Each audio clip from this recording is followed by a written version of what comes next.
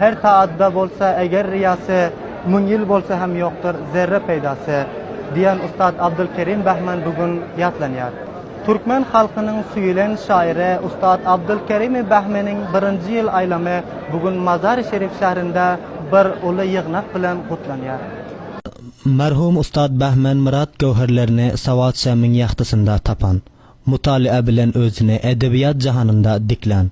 Türkmenlerin dertli şairi ve yazıcısının yokluk ve boş orunları Afganistan ve ahli dünya Türklerinin ilmi ve ferhengi toplamlarında belli ve cibransız bir hakikattir. Veliyatları ve huzurları hiçbir zaman ferhengsever şahsiyetler ve toplamlar arasında kayıp olmuyor. Şu münasebet bilen Mazar-ı Şerif şehrinde rahmetli Ustad Bahman'ın hurmatli maşgalaları ve onların iradatmentleri tarafından dair bolan yoklaş mahfil bolup geçti. Yöne şöyle büyük şahsiyetler ve ferheng ve medeniyetlerimizi östürmek için devletten fayda yeten yok. Merhum Ustad'ın oğlu Oğuzhan Bahman şöyle diyor. Bu devlet Türkmen halkını yani Afganistan'da yaşayan Türkmenlerin medeniyetini, ferhengi östürmana hiçbir yengillik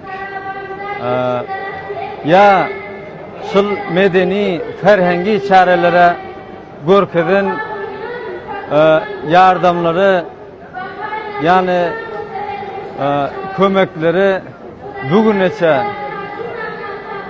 olmadı. Yani men bir ferhengi maşgalanın yani bir ferhengi alimin, ustadın, şairin ferzendi bolup hürmetli devletimizden yani Vazarat-ı Ferheng'den hayiş ettiyon Afganistanlı Türkmenlere medeniyetini hem ferhengini başka Afganistan'daki yaşayan milletler beraber kömek etseler hem de bunlara yol görkezip yardımlık etseler. Merhum Ustad Bahman 1330 yılda malimlik vazifa iftiharlanyar. Antxoy, Meymana, Derzab, Şıbrgan, Kabul ve Mazar-ı Şerif şehirlerinde malimlik etiyar. 1329 yılda yazıcılık işkına düşüyar. Ve sene 1357 yılı Türkmeni şiir aytmanı başlayar. Şairimiz Alim Labib yigitlere bulyalı kişiden ulgu alıp camiada bir tanılan ve izzetli kişi boluşunu istiyor. Yoshlarimiz, yigit qizlar, Türkmen, O'zbek ve Türk yigitleri, yoshlari Ustad Bahmanning hayotini va asarlarini yaxshi o'rganib chiqsinlar va uning insonsevarlik fikrlarini, adolatsevarlik va zulm va beadolatsizlikka qarshi kurashlarini o'rganib va uning yo'lini ta'qib etsinlar va hamisha kavmini ve milletini muttahidligi ve birligini ta'minlash uchun harakat qilsinlar ve ondan örnek alıp o'zlarini ta'lim ve tarbiyada yetishtirsinlar ve oliy maslaki ma'lumotlarga ega bo'lib jamoaga kerakli ve ta'sirchan insonlarga aylansınlar.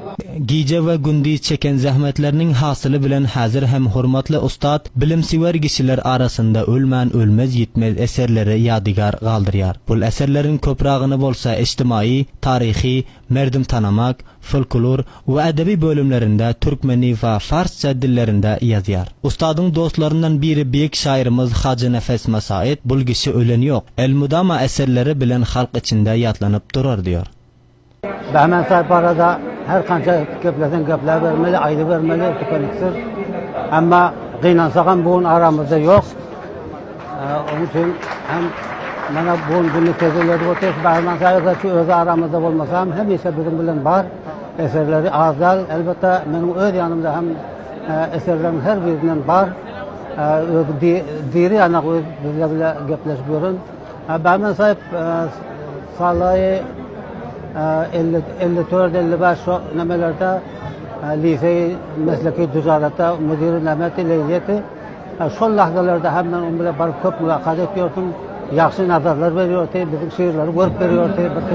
Ben ta şiir etmana köprek teşvik eden Behmen sahip oldu.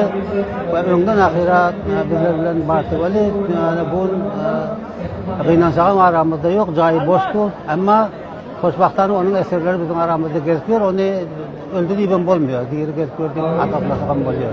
Ustad Bahmen'in Ferheng ve Edebiyat bölümünde eden hizmetlerinden at tutup her kança baha bersek de dolu görkezmana azlık ediyor. Ustad Bahmen'in aramızda yokluğu Demirgazı Türkmenlerinin içinde değil de yönü ahli Afganistan'da ve cihan Türkmenler içinde tesir taşlandır. Ustad Bahmen'in yokluğu Şamal Türkmenlerinin arasında değil, belki tamam Afganistan'ın boydan başındaki Türkmenler arasında yokluğu tasiri var. Namun çünkü biz men özüm sınıfı, birinci sınıfta ders okuyan filan Ustad Bahman şol zamanlar Şıbırganda Ticaret Lisesi'nin ustadıdı.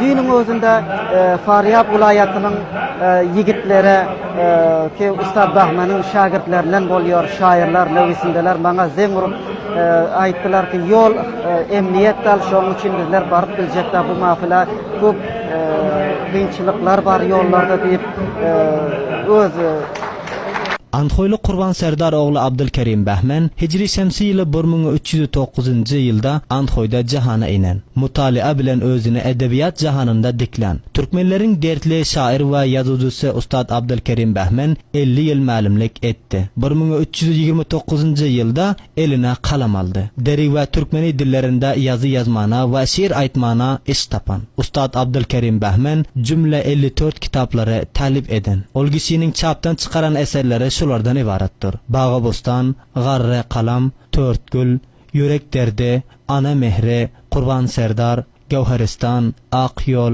Tarih Sesi, Kalam Sesi, Boğulan Sesler, Şiir Türkmen dilinde, Sabak ve Sedai Dil. Merhumi Behmen halına tapılan kesellik sebeple 83 yaşında özü üyü Mazar-ı Şerif'te fani dünyadan göz yumdu. Devletimiz böyle ferhangi kişilerimizde köplençe unut vermese de halkımız böyle kişilerin izine yatlamak için elden geleni ayamayar. Rahmetullah Resulü Televizyon Almaz Mazar-ı Şerif.